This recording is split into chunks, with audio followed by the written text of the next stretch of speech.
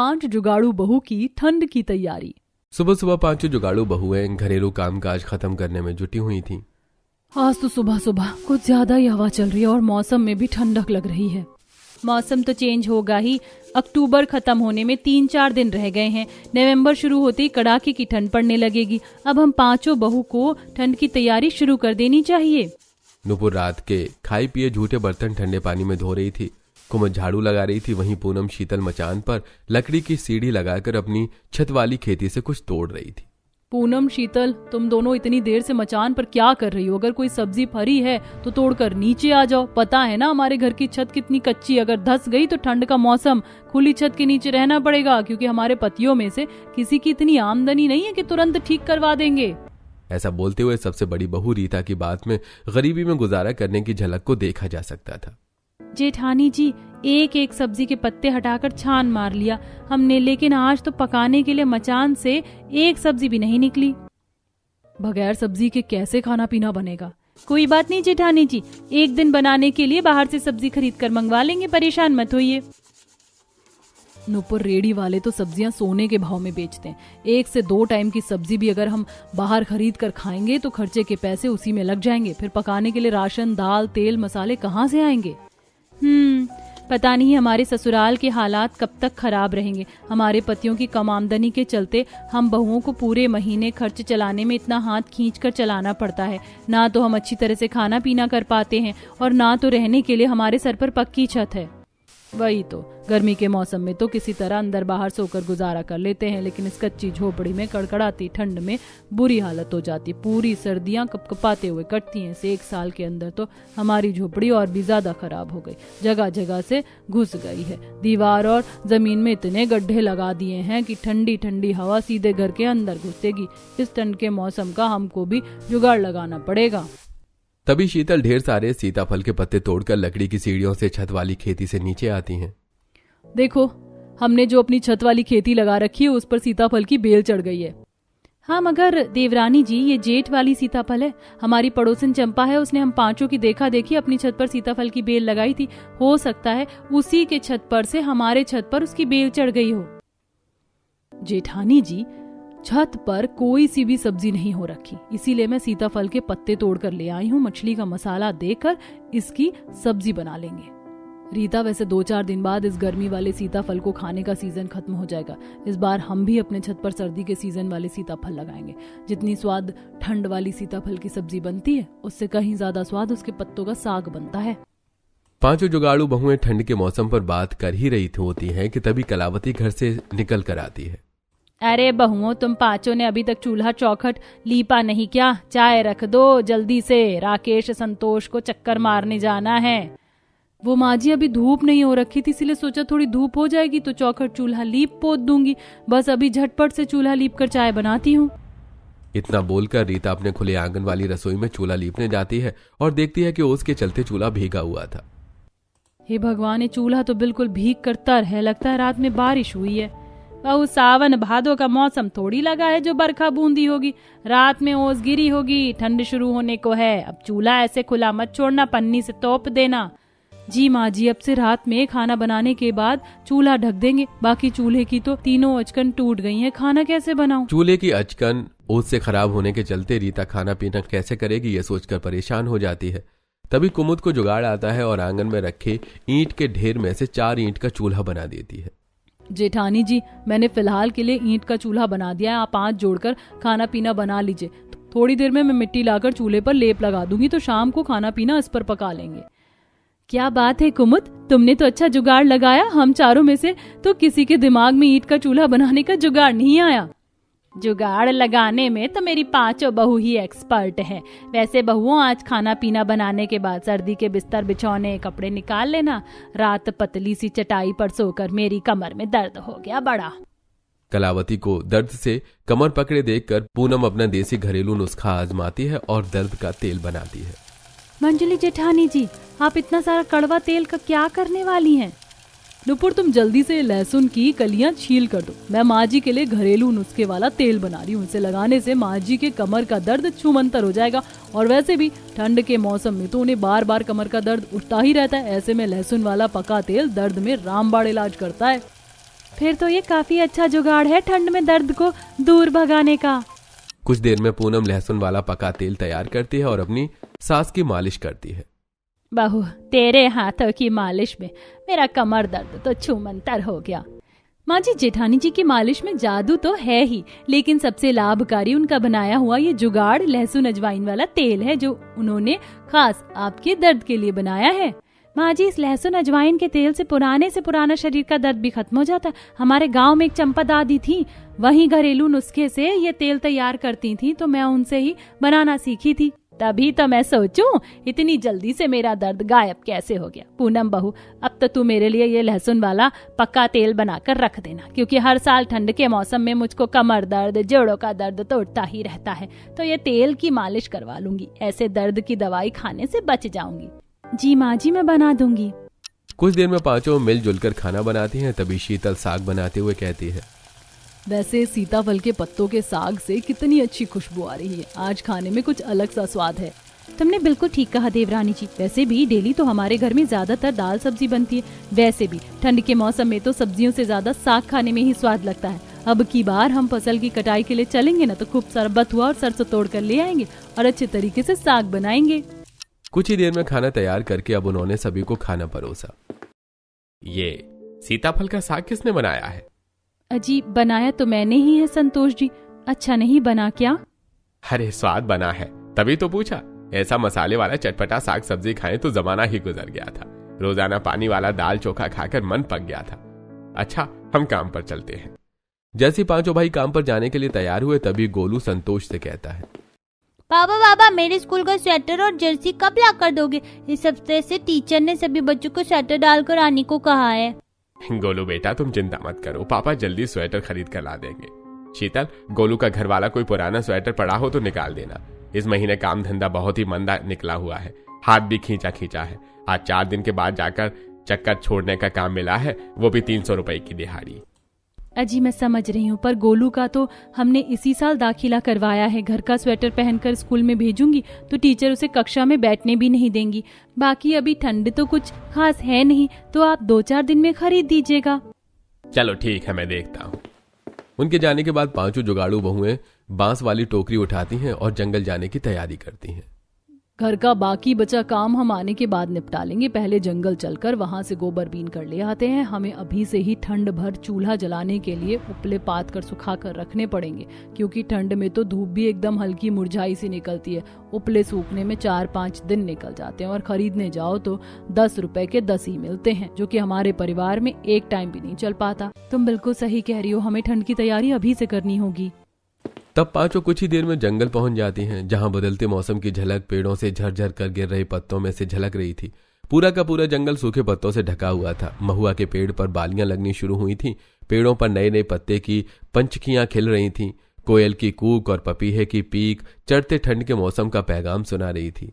जेठानी जी देखिए, कोयल रानी भी ठंड के मौसम के बारे में हमें खबर दे रही हैं। देवरानी जी, ये तो कोयल रानी का काम है, बदलते मौसम का पैगाम हर तरफ हर किसी को बांटना। चलो अब जल्दी जल्दी से इन सूखे पत्तों को इकट्ठा कर लो। पर जेठानी जी, इन पत्तों का क्या करेंगे? अरे इतने सूखे सूखे करारे पत्ते हैं, इसे झोंक कर खाना बना लेंगे। पता है, इसकी आंच धाए धाए लहकती है और उपले भूसी की तुलना में कम धुआं करती हैं। सच में मंजली जेठानी जी, फिर तो मैं सारे के सारे झड़े पत्ते बटोर लेती हूँ। नूपुर और कुमुद जंगल में गिरे उन सारे के सारे सूखे सूखे पत्तों को बटोर बटोर कर अपनी बांस वाली टोकरी में रखने लगती हैं।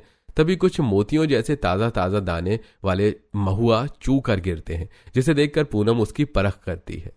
ये क्या चीज है? देखने में तो कितनी सुंदर दूधिया रंग की है, पर इसकी महक अलग सी है। जेठानी जी देखिए तो जरा, ये क्या चीज है? पूनम जब उसे रीता को दिखाती है तो सालों पुरानी खाई महुआ की रोटी की याद ताजा हो जाती है। महुआ देखकर रीता के चेहरे पर मुस्कुराहट सी भर आई। ये तो महुआ है, पर देवरानी जी इतने घने जंगल में तुम ये महुआ कहाँ से मिल गया?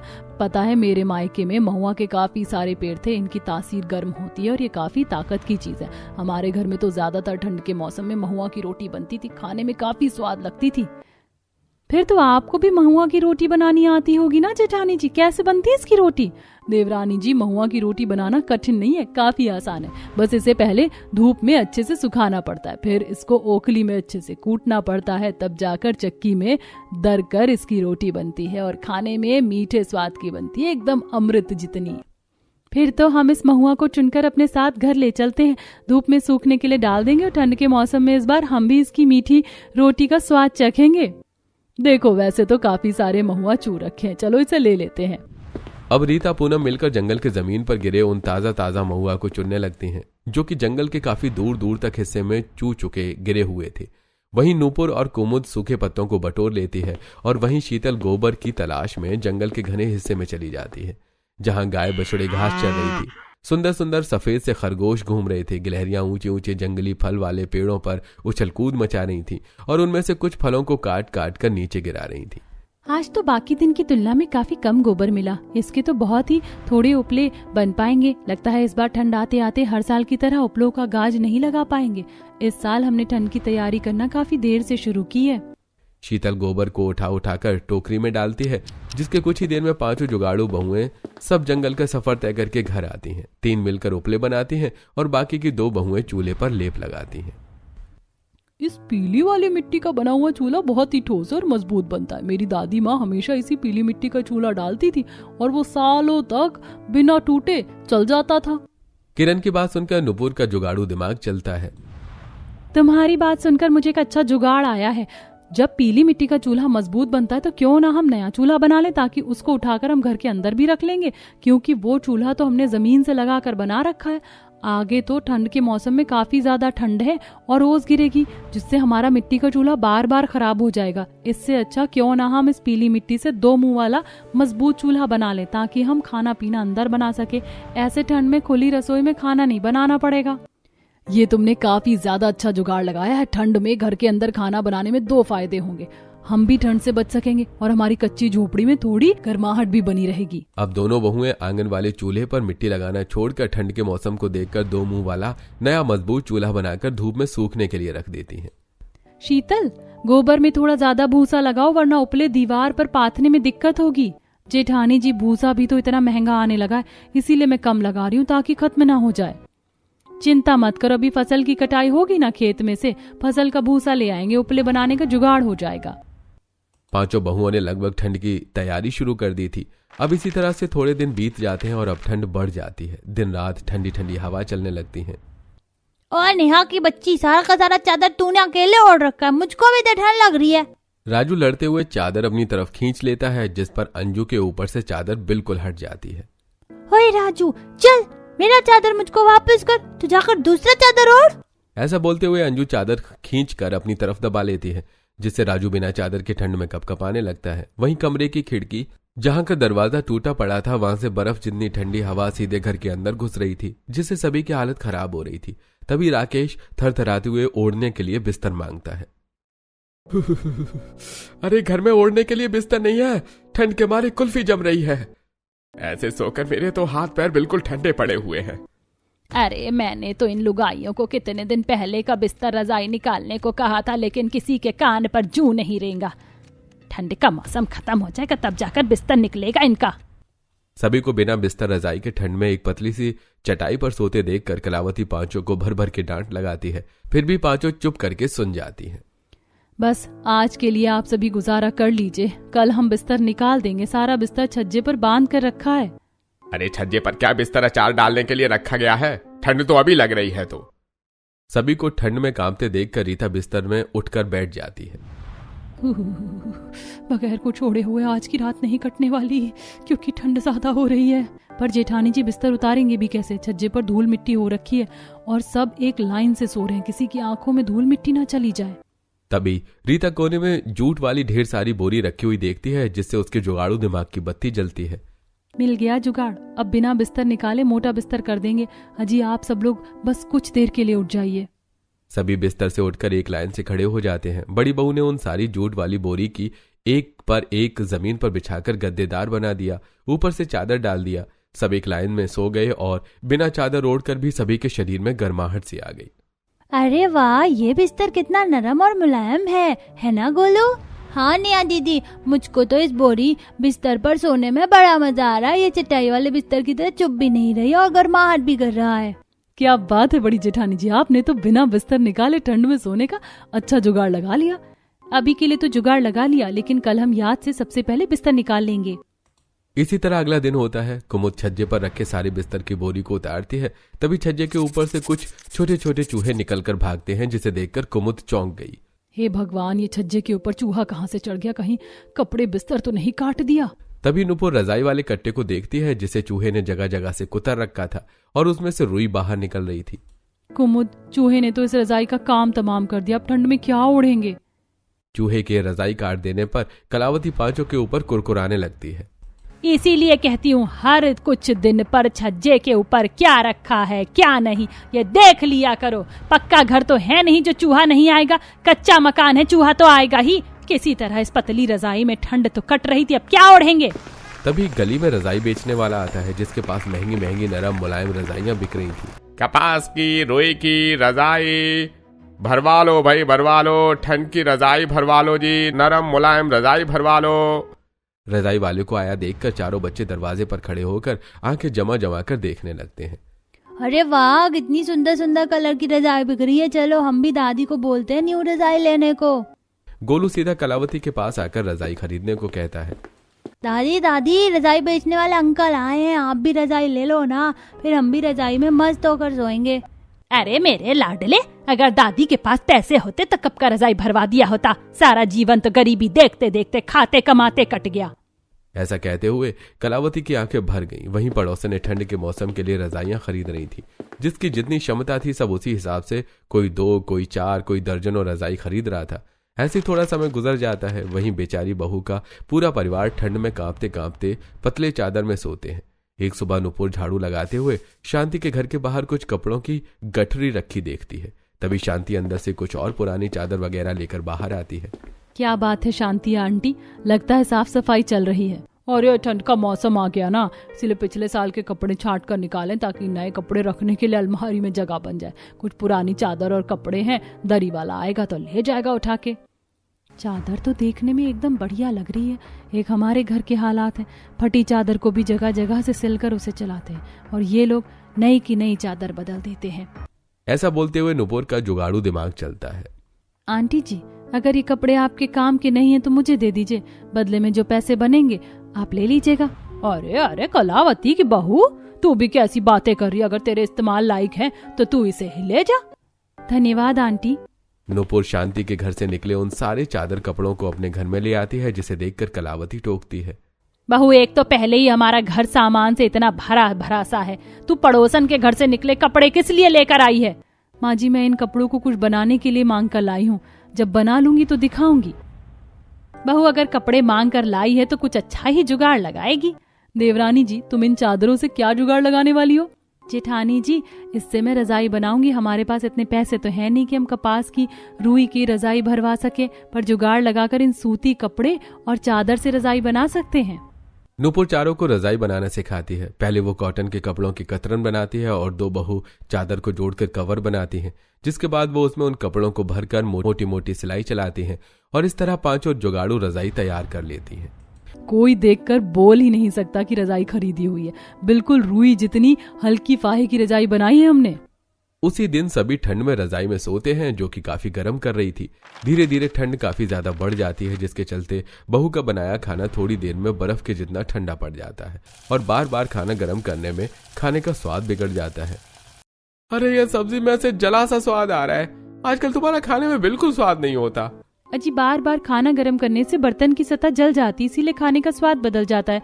अब हमारे पास खाना गर्म करने वाली मशीन भी तो नहीं है ना।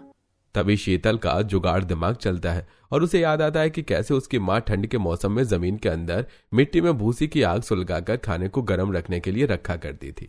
ये जुगाड़ तो मेरे दिमाग में था ही नहीं। जेठानी जी, आप चिंता मत कीजिए, कल से हमें बार बार खाना गर्म करने की आवश्यकता नहीं होगी। नुपुर ने अगले दिन अपनी रसोई के ठीक पास में जमीन में गड्ढा लगाया और उसमें भूसे की आग लगाकर तपाकर खाना रख दिया, जिससे अब तगड़ी ठंड में भी खाना गर्म रहता है। वहीं 5 के पति जिस गुड़ बनाने की मिल में काम करते थे, वहां से उनके पैसे रुक रखे थे, जिसके चलते पांचों बहुएं कई दिनों तक महुआ की रोटी बनाकर सभी को खिलाती हैं। फिर एक दिन सुबह बाजार में जाकर सुंदर सुंदर कालीन, डोरमेट वगैरह बिकते देखती हैं। जेठानी जी देखिए ना, कितनी सुंदर सुंदर कालीन और डोरमेट बिक रही हैं, कितनी सुंदर लग रही हैं। हाँ, पर देखने का क्या फायदा जब हम अपने घर के लिए कुछ खरीद ही नहीं सकते। पता नहीं हमारे पतियों की आमदनी कब अच्छी होगी कि हम भी अपने घर को अच्छे तरीके से सजावट करके रख सकेंगे। तभी बाजार में थोड़ा आगे बढ़कर नुपुर कुछ जूट और घास टाइप के कालीन और पैरदानी बिकते देखती है, जिससे उसे जुगाड़ आता है। वहीं ठंड के बाजार में गुड़ के व्यंजन, गजक पट्टी, गुड़ पट्टी, मक्के के लावे वगैरह बिक रहे थे। मम्मी मुझको गुड़ पट्टी दिला दो, मुझको गुड़ पट्टी खानी है। गोलू, ये सब चीज दिलाने के लिए पैसे नहीं है मेरे पास, तुम्हारे स्कूल का स्वेटर दिलवाने के लिए पैसे हैं। तब स्कूल की ड्रेस बिकने वाली दुकान पर आकर शीतल रेट पूछती है। भैया 5 साल के बच्चे का स्कूल का स्वेटर दे दो। ये लो बहन जी, 600 रुपए की है। 600 रुपए स्वेटर के सुनकर शीतल परेशान हो जाती है। जेठानी जी, स्वेटर तो 600 रुपए का आ रहा है और संतोष जी ने मुझे 250 दिया है। भैया जी थोड़ा ठीक ठीक रेट लगा लो, हमारे पास केवल 250 रुपया है। अरे 250 में तुम्हें दुकान की स्वेटर कहाँ मिलेगी? जाओ जाकर कहीं से सेकंड हैंड खरीद लो। दुकानदार पांचों को नीचे दिखाकर दुकान से भगा देता है। कुछ दूरी पर शीतल तरह तरह के रंगों वाले ऊन बिकते देखती है, जो कि काफी सस्ते में बिक रही थी।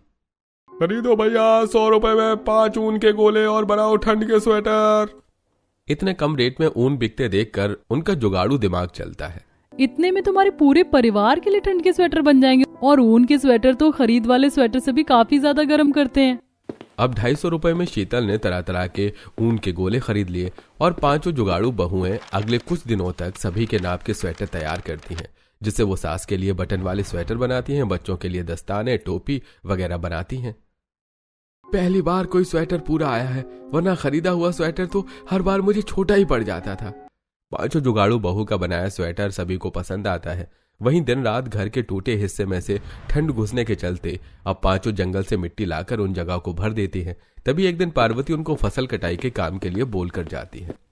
अरे कलावती की 5 बहू, मेरे खेत में थोड़े दिन कटाई का काम है, तुम पांचों कर दोगी क्या? बदले में जो बन पड़ेगा ले लेना। हाँ, क्यों नहीं काकी, हम कर देंगे। अगले ही दिन से पांचों कटाई करने के लिए खेत में आ जाती हैं और अगले 3-4 दिन में ही पूरे खेत की कटाई कर देती हैं। ये लो तुम पांचों के रोज के 500 के हिसाब से 2000 रुपए, बाकी ये भूसी और पूले जरा खेत में से साफ कर देना। काकी, अगर ये भूसी और पूले आपके काम के नहीं है तो हम ले जाएं? हाँ, क्यों नहीं, ले जाओ। वैसे भी मुझे तो अपना खेत खाली करना, क्योंकि ठंड के सीजन की सब्जी लगानी है। अब पांचों उन पुलों को बोझा बनाकर घर ले आती हैं। उसे छत पर लगाकर उसे पूरी तरह से ढक देती हैं, जिससे कि घर में हीटर की जितनी गर्माहट होने लगती है। ऐसे ही थोड़े दिन गुजर जाते हैं। फिर एक दिन उन पांचों के पति गुड़ की बोरी लेके आते हैं। अरे बेटा, आज तो तुम सबको तनख्वाह मिलने का दिन था, सेठ ने तनख्वाह नहीं दिया क्या? पांचों का उतरा हुआ चेहरा देखकर बहुएं समझ जाती हैं। क्या हुआ, इस बार भी सेठ ने पैसे देने में आनाकानी की है क्या? ठंड के चलते इस बार बाजार में गुड़ का रेट काफी गिर गया है, इसलिए सेठ ने हम पांचों भाइयों को गुड़ की बोरी दी है। लेकिन जब हम इसे बाजार में बेचने गए तो कहीं भी इसकी अच्छी कीमत नहीं मिल रही है। अब क्या करें, गरीब का कमाना हर तरफ से दूभर हो रहा है। तभी नुपुर के दिमाग में एक जुगाड़ आता है। तो क्या हुआ, इस गुड़ को हम इस्तेमाल करके ठंड का बाजार लगा सकते हैं। ठंड के बाजार में तो आजकल पट्टी, गजक, लड्डू वगैरह सबसे ज्यादा बिक रहे हैं, हम वो बनाकर बेच सकते हैं। नुपुर का ठंड का बाजार लगाने का ख्याल सभी को बहुत अच्छा और ज्यादा जच जाता है। अब पांचों बहुएं गुड़ के व्यंजन बनाना शुरू करती हैं, जिसमें उनके पति, सास, बच्चे सब कोई उनका हाथ बटाते हैं। 2 बहू बड़े बड़े हांडी में गुड़ पिघलाकर चाशनी बनाती हैं और बाकी कटाई से मिले हुए पैसों से एक बोरी भरकर मुरमुरा और मूंगफली वगैरह खरीद कर लाती हैं, जिससे वो काफी सारा मूंगफली, पट्टी, लाई, लड्डू बनाकर बाजार में बेचती हैं, जो कि काफी ज्यादा बिकती है। और वहीं घर की सजावट के लिए वो जूट की बोरी की तरह तरह की डिजाइन वाली डोरमेट और सुंदर सुंदर कालीन वगैरह बनाकर इस्तेमाल करती हैं, जिससे उनका घर भी देखने में अब काफी ज्यादा जचा जचा सा लगता है।